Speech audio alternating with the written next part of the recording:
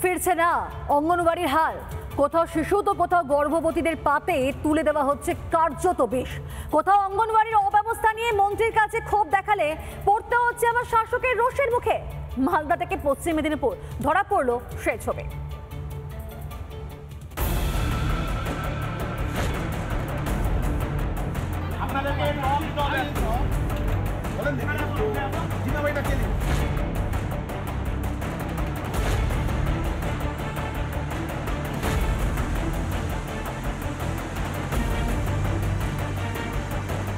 টিকটিকি ইঁদুরের পর এবার শুয়োপোকা।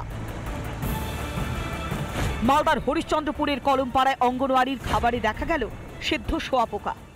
খাবারটা যখন ঢালি, খাবারটা খাওয়ার পর তারপরে দেখছি শুয়োপোকাটা মরা আছে, একদম সিদ্ধ হয়ে লঙ্কা ভেবে তারপর যখন দেখে দেয় শুয়োপোকা আছে।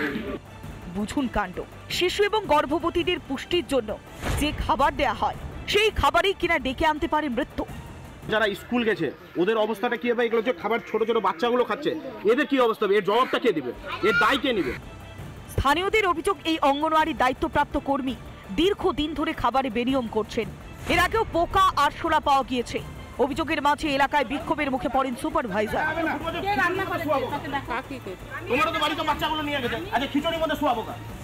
কেন শিশু এবং প্রসূতিদের স্বাস্থ্য নিয়ে এত ছেলেখেলা করছে শাসক দল? শিশুদের স্বাস্থ্যহানি বা বড় কোনো ক্ষতি হলে তার দায় কি নেবে সরকার? এগুলো সব কাটমানির জন্য নিম্নমানের সামগ্রী দেওয়া হচ্ছে, সেগুলো প্রেসার দিয়ে ওদেরকে রান্না করে দেওয়া হচ্ছে, সেগুলো বিতরণ করা হচ্ছে। যদি এরকম ঘটনা সত্যি ঘটে থাকে, প্রশাসনের কাজ করবে। প্রশাসন তার বিরুদ্ধে যদি এরকম কিছু হয়ে থাকে, তা সেই অঙ্গনওয়াড়ির যে কর্মীরা আছে তাদের বিরুদ্ধে করার ব্যবস্থা নেবে। শুধুমাত্র মালদা নয়, রাজ্য জুড়েই দুর্দশা অঙ্গনওয়াড়িগুলোর। এলাকাবাসীদের পাশাপাশি অঙ্গনওয়াড়ি নিয়ে ক্ষোভ বাড়ছে খোদ কর্মীদের মধ্যে। গর্বেতায় মন্ত্রীকে ঘিরে ধরে বিক্ষোভ দেখায় অঙ্গনওয়াড়ির কর্মীরা। সিডিপিও কি বলবেন? উনি তো একজন সরকারের আধিকারিক হয়ে উনি ওখানে বসে আছেন, ওনার তো হাত পা বাঁধা। ওনার উপরে ডিপিও আছে, ডিপিওর উপরে জেনারেল সেক্রেটারি আছে, তার উপরে মাননীয় মুখ্যমন্ত্রী আছেন।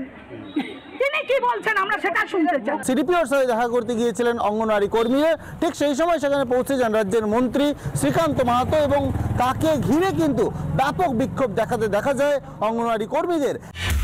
দিদিরা অনেক ছিলেন, তারা বলেছেন যে আমরা এই ব্যাপার, এই হচ্ছে জ্বালানি হচ্ছে না, টাকা পাচ্ছি না, বেতন বাড়ছে না, 9,000 টাকায় কি আমাদের সংসার চলে?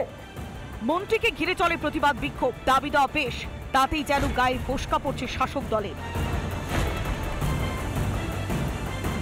যা দাবি তাদের কোনোদিনই সম্ভব নয়, তারা নিজেরাই বিপাকে পড়ে যাবে। তারা যে দাবি করছে, তারা আজকে যদি সেভাবে ভিজিট করা যায় ওই ICDS অঙ্গনওয়াড়িগুলোকে, তাহলে কিন্তু মারাত্মক অবস্থায় পৌঁছে যাবে। তারপরে চিন্ময় সাহাবাবু, গর্বেতা 3 নম্বর পঞ্চায়েত সমিতির সভাপতি, তিনি সরাসরি হুমকি দিচ্ছেন অঙ্গনওয়াড়ি কর্মীদের, আশা কর্মীদের, বলছে কোনো দাবি পূরণ হবে না, হুমকিদের অধিকার ওনার আছে। অঙ্গনওয়াড়ি কেন্দ্র নিয়ে চরমে শাসক দলের অবহেলা। হাল ফেরাতে প্রতিবাদ জানালেও পড়ছে ক্ষোভ।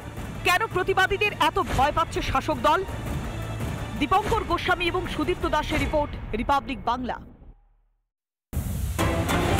নানা ধরনের কন্টেন্ট দেখার জন্য লাইক করুন, শেয়ার করুন আমাদের ফেসবুক পেজ, সাবস্ক্রাইব করুন আমাদের ইউটিউব চ্যানেল।